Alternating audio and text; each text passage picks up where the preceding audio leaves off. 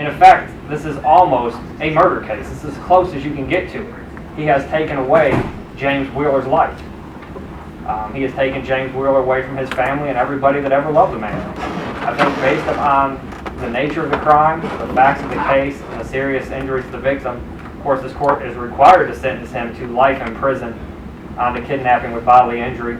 The state requests that you also sentence this defendant to 20 years to serve in prison on the aggravated battery to run concurrent with the kidnapping with bodily injury charge.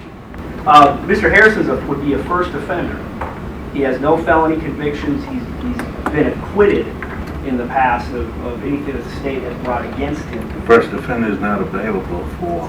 And Judge, I'm not asking for first offender. I bring that up solely because the state brought up his past record implying that he potentially had some convictions. Oh, okay.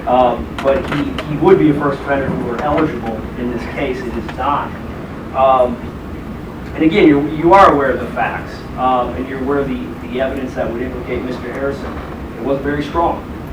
As far as Mr. Harrison, he was going to Albany Tech. He was going to Albany Tech for carbotage. I know that the court is confined by the mandatory minimum in this case, and that's the ruling that's be imposed. Thank you. Counts 1 and 2 being the aggravated assault and aggravated battery. Those merge. And likewise, counts 3 and 4, which are the kidnapping with bodily injury and kidnapping, also merge. The kidnapping with bodily injury carries a mandatory life imprisonment. I impose the mandatory life imprisonment sentence. Aggravated battery and aggravated assault each carry 20 years. Since they're merged, there will be only one sentence, which is 20 years to serve in prison concurrent with the life imprisonment.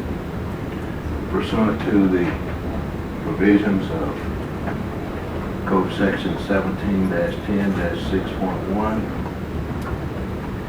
this being a sentence of life imprisonment,